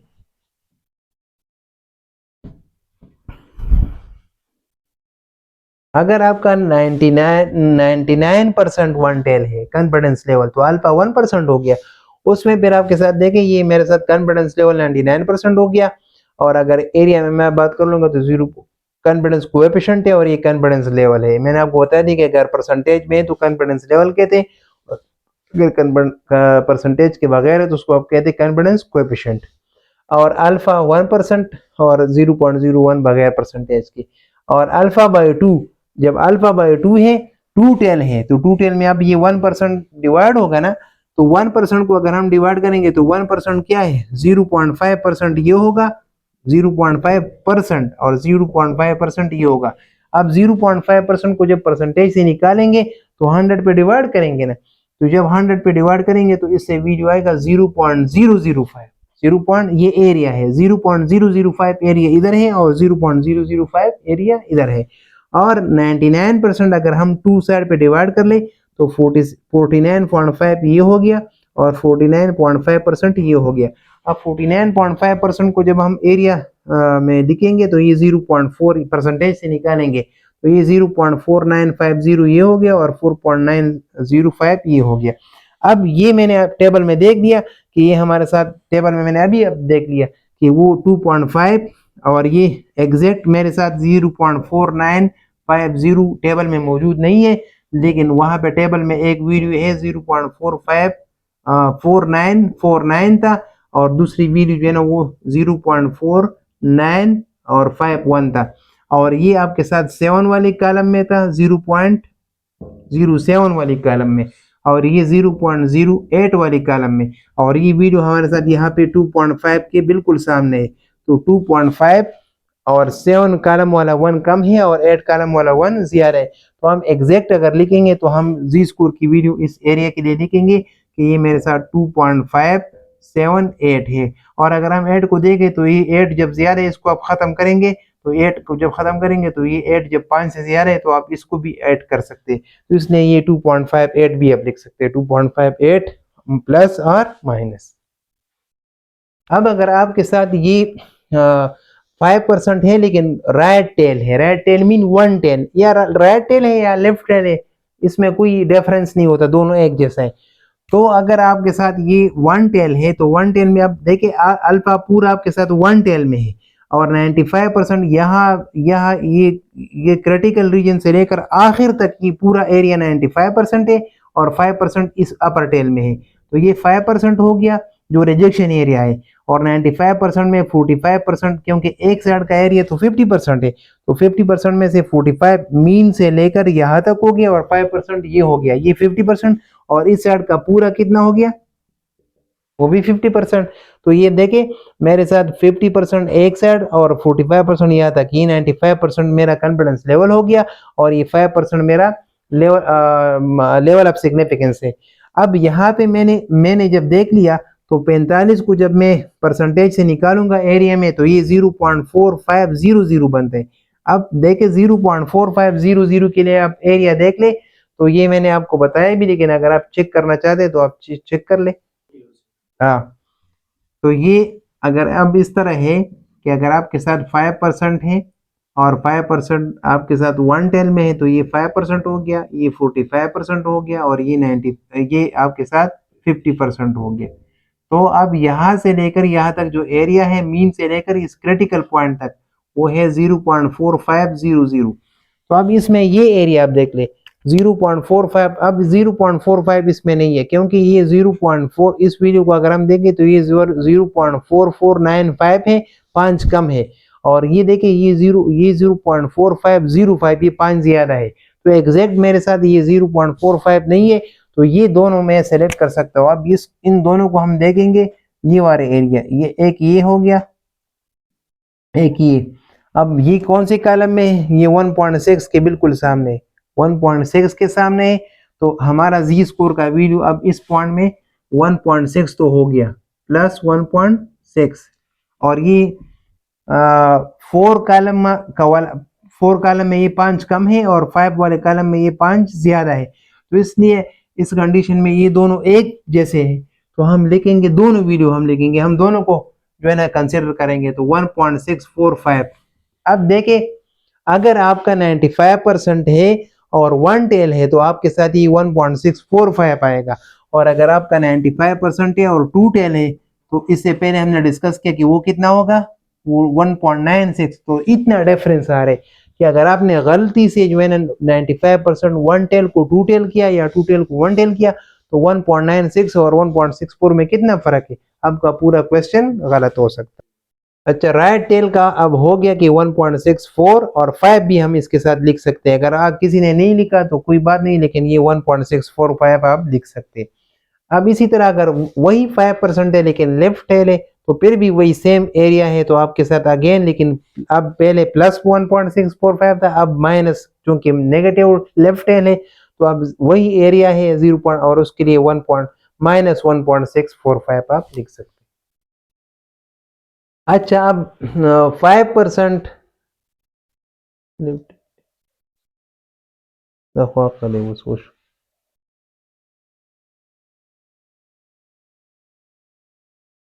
अब लेफ्ट टेल टेस्ट विद 1%, तो आपका पूरा टेल जो है ना वो 1% जो है ना वो लेफ्ट टेल में है। तो जब वन टेल में आपका 1% यहाँ पे है और पूरा 99% आपका ऊपर, 99% में 50% ये हो गया और 49% ये हो गया, तो 49 और 50, 49 और 100%।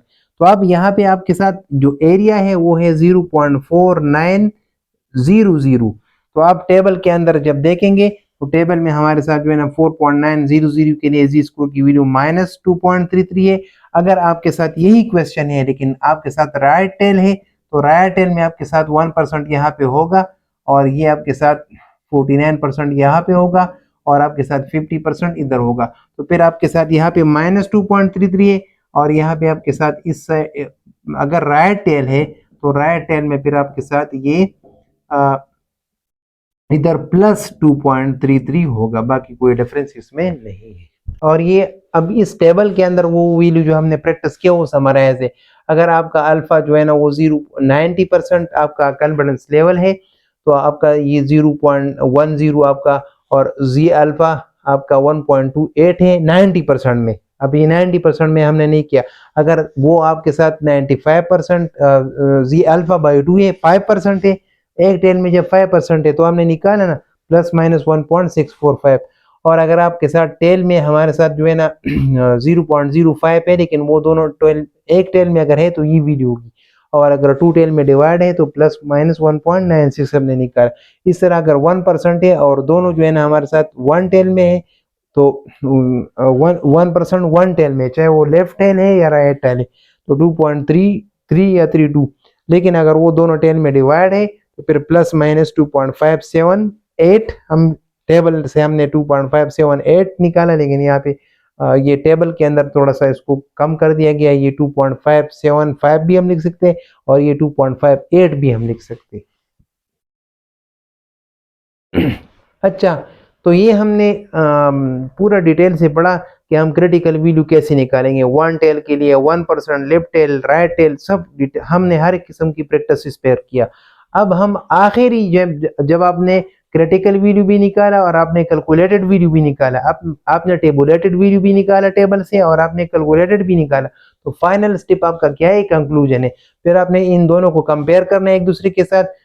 अगर आपका टेबुलेटेड वीडियो कैलकुलेटेड वीडियो से जो है ना बियॉन्ड फॉल कर रहा है, आपका आपका कैलकुलेटेड वीडियो, अगर आपका कैलकुलेटेड वीडियो एक्सेप्टेंस एरिया में फॉल कर रहा है, तो आप जो है नल हाइपोथेसिस को फेल टू रिजेक्ट करेंगे। और अगर आपका कैलकुलेटेड वीडियो रिजेक्शन एरिया में फॉल कर रहे हैं, बियॉन्ड द वैल्यू, आप क्रिटिकल वैल्यू के पीछे जो है ना वो रिजेक्शन एरिया में फॉल करे, तो उस कंडीशन में फिर आप जो है ना रिजेक्ट करेंगे। ये आपका वो है। फॉर एग्जाम्पल आपने ये बेल शेप कर्व निकाला और ये आपका -1.96 पर 95% 2 टेल है, तो ये +1.96 और ये -1.96। अब ये आपके क्रिटिकल वैल्यू है और आपका ये अपना टेबल से निकाले, तो ये टेबुलेटेड वैल्यू है। और आपने अगर टेस्ट स्टैटिस्टिक निकाला, टेस्ट स्टैटिस्टिक अगर आपके साथ 1.8 है, तो 1.8 प्लस 1.8 है, तो प्लस 1.8 हो, तो आप यहाँ पे आपके साथ एक्सेप्टेंस एरिया में फॉल करें, तो आपका डिसीजन होगा फेल टू रिजेक्ट। और अगर आपके साथ ये आपका टेस्ट स्टैटिस्टिक या कैलकुलेटेड वीडियो आपने निकाला और वो आपके साथ आ गया 2.5 फॉर एग्जांपल, तो 2.5 तो अब यहाँ पे आपके साथ रिजेक्शन एरिया में फॉल करें, तो इस कंडीशन में फिर आपने नल हाइपोथेसिस को रिजेक्ट करना है। तो इस तरीके से, लेकिन याद रख लें कि कभी ये नहीं कहना है कि वी विल एक्सेप्ट। इसकी मिसाल ऐसी है कि फॉर एग्जांपल एक बंदा चोरी कर ले और आपके पास सबूत नहीं है, तो आप अदालत में आपने उस पर केस किया और आपके पास सबूत नहीं है, तो आपने उसको चोर साबित नहीं किया, लेकिन इसका मतलब तो ये नहीं है कि वो चोर नहीं है, हम उसको फिर भी चोर कहेंगे, लेकिन हमारे पास सबूत नहीं है। तो जब हम नल हाइपोथेसिस को रिजेक्ट नहीं कर सकते, तो उस कंडीशन में हम ये नहीं कहेंगे कि we will accept the null hypothesis, बल्कि we will say that we fail to reject the null hypothesis. अच्छा, अब यहाँ पे एग्जाम्पल है, इस एग्जाम्पल को हम स्टडी करते हैं तो आप लोग को समझ आ जाएगा। इस एग्जाम्पल से आप लोग को समझ आ जाएगा। इस एग्जाम्पल के अंदर the mean serum creatinine level measured in 36 patient, N आपका कितना है 36, और 24 hour after they received a newly propose antibiotic was 1.2 milligram पर डेसीलीटर। क्या कह रहे कि जब 36 पेशेंट का हमने एग्जाम्पल ले लिया, हमने इससे पहले वाले एग्जाम्पल में डिस्कस किया कि जो लोग एंटीबायोटिक यूज कर रहे हैं उनका जनरल पॉपुलेशन से मीन सीरम क्रिएटिनिन लेवल जो है ना वो चेंज है, तो अब उसको हम टेस्ट करना चाहते हैं। उसके लिए हमने क्या किया, हमने सैंपल साइज ले लिया कितने लोगों का, 36 लोगों का, और हमने उसका जब एक्स बार निकाला तो एक्स बार उनका कितना गया 1.2।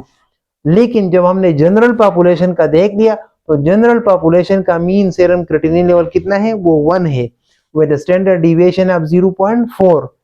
तो अब यहाँ पे क्या लिखा है, ये इस आखिरी स्टेटमेंट को आपने देखना है। इसमें आपको पता चलेगा कि आपका स्टेटमेंट जो है ना ये आपके साथ अल्टरनेट हाइपोथेसिस होता है। ये बेसिकली इस आखिर में जो होता है वो रिसर्चर ने करना होता है। तो ये अल्टरनेट हाइपोथेसिस, और इसमें आपको पता चलेगा कि ये 1 टेल है या 2 टेल है। अब यहाँ पे क्या लिखा है, then using a significant level, significant level भी हमें दिया है, अल्फा 5% है तो 95% हमारा कॉन्फिडेंस लेवल हो गया। और test if the mean serum creatinine level in this group is different from that of the general population. तो अब हमें इस डिफरेंस से पता चल रहा है कि ये मेरा नल है, सॉरी ये मेरा जो हाइपोथेसिस है ये 1 टेल है या 2 टेल है। अब डिफरेंट का क्लियर कट हमें अंदाजा तो नहीं है कि ग्रेटर है या लोअर है, तो इस डिफरेंस से हमें ये अंदाजा हो रहा है कि ये 2 टेल हाइपोथेसिस, ठीक है। अच्छा, अब हम ये क्वेश्चन हमें दिया गया है, तो सबसे पहले जब भी आप इसको कोई भी आप क्वेश्चन आपको दी जाती है तो सबसे फर्स्ट टिप आपका ये है कि आपने यहाँ से डेटा अपने साथ लिखना है कि डेटा क्या है। अब डेटा, गिवन डेटा मेरे साथ क्या है, इसमें सैंपल साइज मेरा 36 है n, और सैंपल के लिए जो मीन निकाला है x बार वो है 1.2 mg/dl, और मेरे साथ पॉपुलेशन के अंदर जो क्लेम है जनरल पॉपुलेशन का जो म्यू है वो कितना है, वो 1.0 mg/dl है, और जो पॉपुलेशन का स्टैंडर्ड डिविएशन है सिग्मा वो 0.4 mg/dl। अब ये डेटा आपको दिया गया है, और आपके साथ आपको अल्फा भी दिया गया है कि अल्फा कितना है, 5% है। तो ये डेटा जब दिया गया है आपको, तो आपने जब क्वेश्चन को सॉल्व करना है तो सबसे फर्स्ट स्टेप आपका ये है कि आप स्टेप नंबर 1 हमने क्या पढ़ा था कि आप क्या करेंगे, statement of hypothesis, statement of hypothesis. अब स्टेटमेंट ऑफ हाइपोथेसिस के अंदर हम नल हाइपोथेसिस पे लिखेंगे और अल्टरनेट हाइपोथेसिस। तो नल हाइपोथेसिस एच नॉट कह रहे कि mu is equal to 1, general population के अंदर क्लेम कितना है 1, mu is equal to 1 mg/dl। अब जब ये कह रहे कि इक्वल है तो अल्टरनेट हाइपोथेसिस के अगेंस्ट क्या लिखेगा कि mu is not equal to 1.0 mg/dl। ये आपका स्टेप 1 हो गया। अब स्टेप 2 में हम क्या करेंगे, लेवल ऑफ सिग्निफिकेंस के क्या है, लेवल ऑफ सिग्निफिकेंस ऑलरेडी हमें दिया गया है, तो लेवल ऑफ सिग्निफिकेंस हमारा क्या है, वो है 5%, और साथ में मैंने आपको बताया कि ये 5% 1 टेल में होगा या 2 टेल में डिवाइड होगा, क्योंकि मेरा हाइपोथेसिस क्या है 2 टेल्ड है, तो 2 टेल्ड है तो ये अल्फा बाय 2 होगा, और अल्फा बाय 2 मेरे साथ एक टेल में डिवाइड होगा, अल्फा बाय 2 दूसरे टेल में, ठीक है। ये आपका लेवल ऑफ सिग्निफिकेंस हमने लिख दिया। स्टेप नंबर 3 हमारा क्या है, मैंने आपको बताया था कि इसमें हम टेस्ट स्टैटिस्टिक निकालेंगे, और टेस्ट स्टैटिस्टिक का फार्मूला वो हमने पढ़ा कि वही फार्मूला है z is equal to X bar minus mu divided by standard deviation of the population divided by n under the root. अच्छा, अब मेरे साथ x बार क्या है, पॉपुलेशन जो 36 पेशेंट ने जब एंटीबायोटिक यूज किया तो उनका मीन क्रिएटिनिन लेवल कितना है 1.2, लेकिन जो पॉपुलेशन के अंदर क्लेम है वो है 1 डिवाइडेड बाय स्टैंडर्ड डिविएशन 0.4 है, 0.4 और 0.4 और सैंपल साइज हमारा कितना है 36। तो जब हम 1.2 से 1 माइनस करेंगे तो ये 0.2 आता है, और 0.2 नीचे मेरे साथ 0.4 है, और 36 का जब हम स्क्वायर रूट लेंगे तो उसे 6 आता है। तो अब हम इसको डिवाइड करेंगे, 0.4 डिवाइडेड बाय 6 कर ले, इससे क्या आंसर आता है, और जब इसको हम डिवाइड करेंगे तो इससे आएगा 0.06। तो हम यहाँ पे 0.2 डिवाइडेड बाय 0.06 करेंगे, इसको जब हम डिवाइड करेंगे तो हमारे साथ जो वैल्यू आता है, इसको ये आता है 3, हमारे साथ +3 आता है, वैल्यू क्या आता है, कैलकुलेटेड वैल्यू हमारे साथ +3 आ गया, जी कैलकुलेटेड हमने निकाला। अच्छा, वैल्यू जब हमने पुट के 1.0 हमारे साथ ये x बार है, और पॉपुलेशन का मीन 1.0 है, और स्टैंडर्ड डिविएशन हमारे साथ 0.4 है, और 36 हमारे साथ सैंपल साइज है। 36 को जब स्क्वायर रूट से निकालेंगे तो 6 आता है, फिर 0.4 को 6 पे डिवाइड करेंगे तो इससे 0.06 आता है, फिर 0.2 को हमने 0.06 पे डिवाइड किया तो इससे आंसर आ रहे +3। तो हमारे साथ जी कैलकुलेटेड की वैल्यू 3 आ गई। अब जब ये 3 आ गई तो अब हमारे स्टेप नंबर 4 है।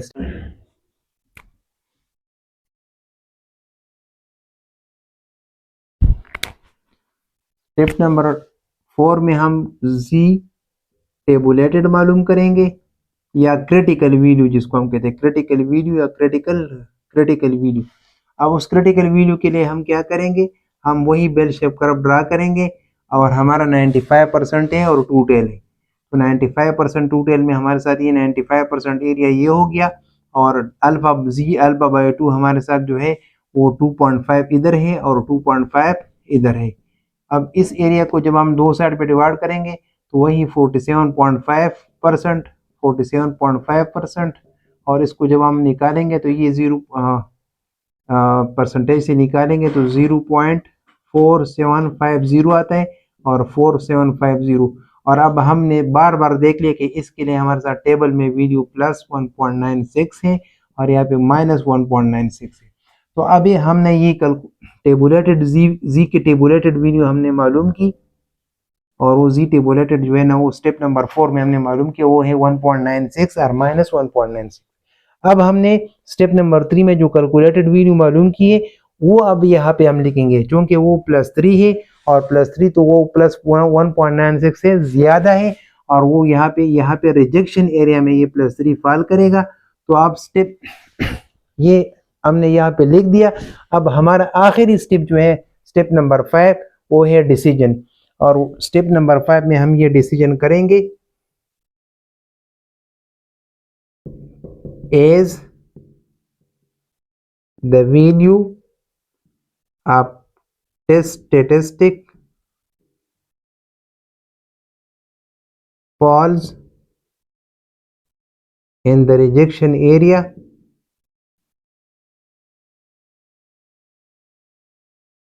hence we reject the null hypothesis।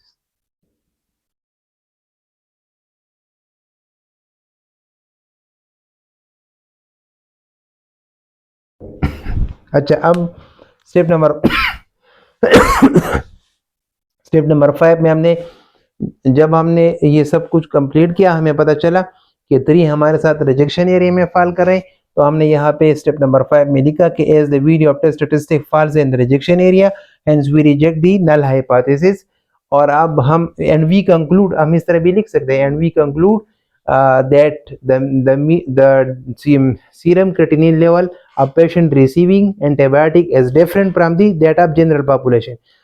General population से, क्योंकि ये नल हाइपोथेसिस कह रहे हैं कि ये दोनों सेम है, लेकिन हमने मालूम किया कि ये सेम नहीं है और हम कहते हैं कि जो लोग एंटीबायोटिक यूज करें उनका serum creatinine level general population से डिफरेंट है। और डिफरेंट में क्या है, ज्यादा है, क्योंकि अभी हमें कंफर्म हुआ कि अपर टेल में आ रहे, तो अभी हमें पता चला कि जो लोग एंटीबायोटिक यूज कर रहे हैं उनका serum creatinine level general population से हाई होगा। तो ये देखें इसमें एक क्लेम था और इस क्लेम को हमने टेस्ट किया, तो इसी तरीके से हम जेड टेस्ट यूज करेंगे। एग्जाम्पल हमने सॉल्व भी किया, यहाँ पे नोट्स में भी है। Step number 1 mu is equal to 1 and mu hypothesis कि mu is not equal to 1, और यहाँ पे फिर हमने लेवल ऑफ सिग्निफिकेंस लिख रहा कि 0.05 और ये 2 टेल है। टेस्ट स्टैटिस्टिक से हमने जी स्कोर की वैल्यू निकाला, वो है जी कैलकुलेटेड वो +3 है। और फिर हमने स्टेप नंबर 4 में हमने प्लस माइनस 1.96 ये निकाला। जी कैलकुलेटेड वैल्यू हमारा क्रिटिकल वैल्यू हमारे साथ जो है टेबुलेटेड वैल्यू वो प्लस माइनस 1.96 आ गया।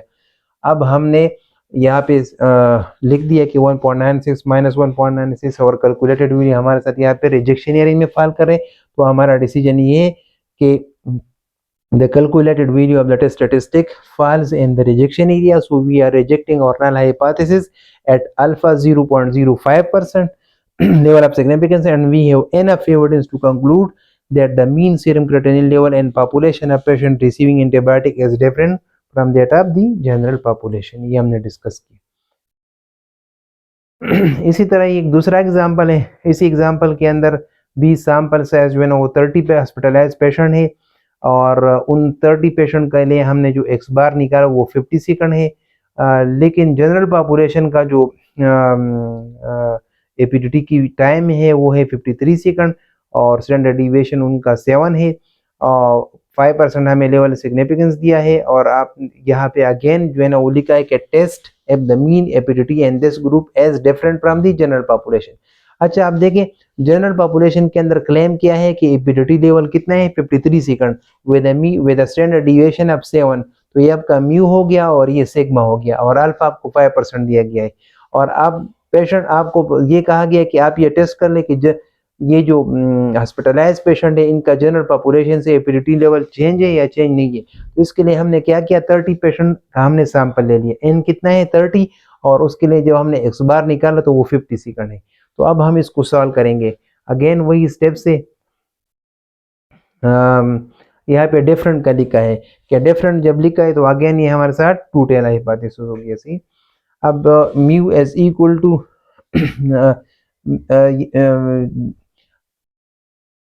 कट कर दे।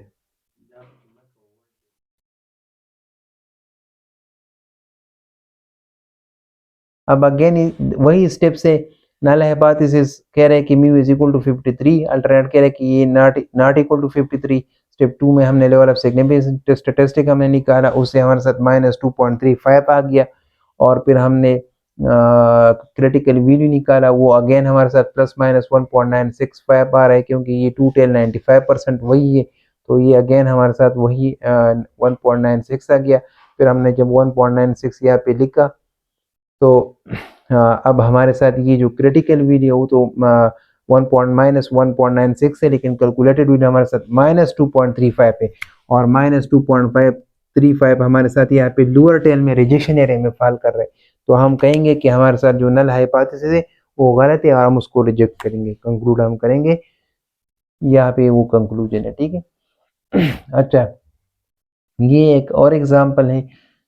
Suppose we know that the average height of MPhil student in Pakistan is 75 inches with a standard deviation of 10, and Peshawar a study was conducted in which the average height of 16 MPhil student was found to be 72 inches as the height of the student less than the student of Pakistan। अब जब less than लिखा है तो less than का मतलब ये है कि अब ये हमारे साथ डायरेक्शनल है या वन टेल हाइपोथेसिस।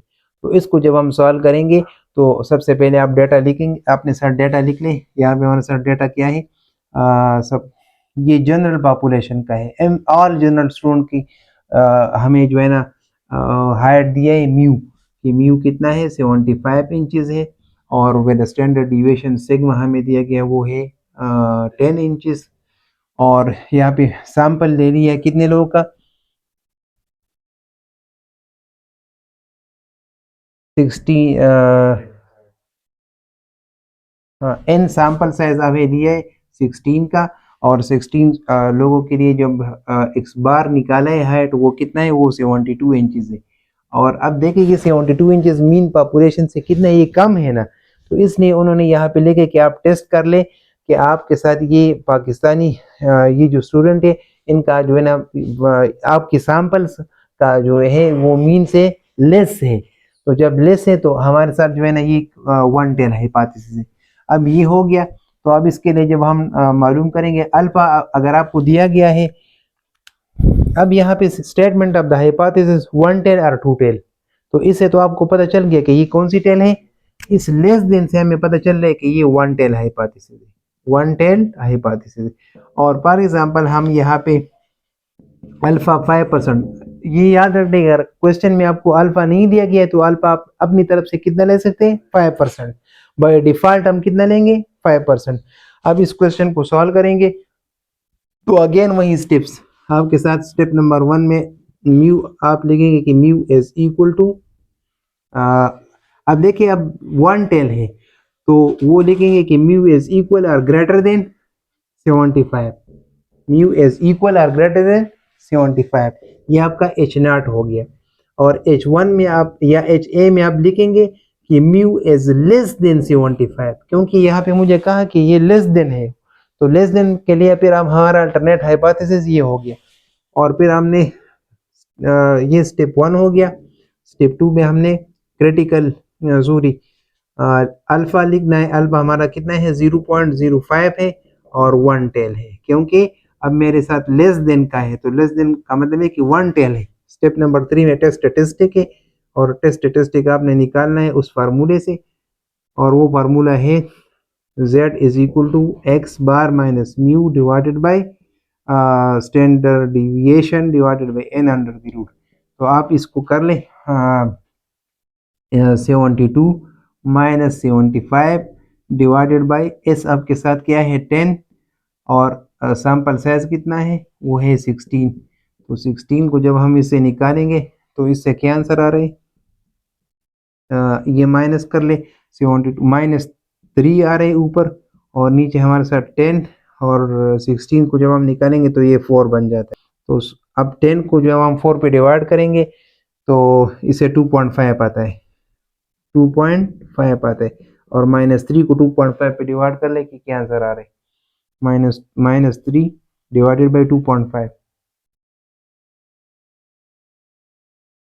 इससे माइनस 1.2 आ गया। तो अब आप फाइनल स्टेप आपका है डिसीजन।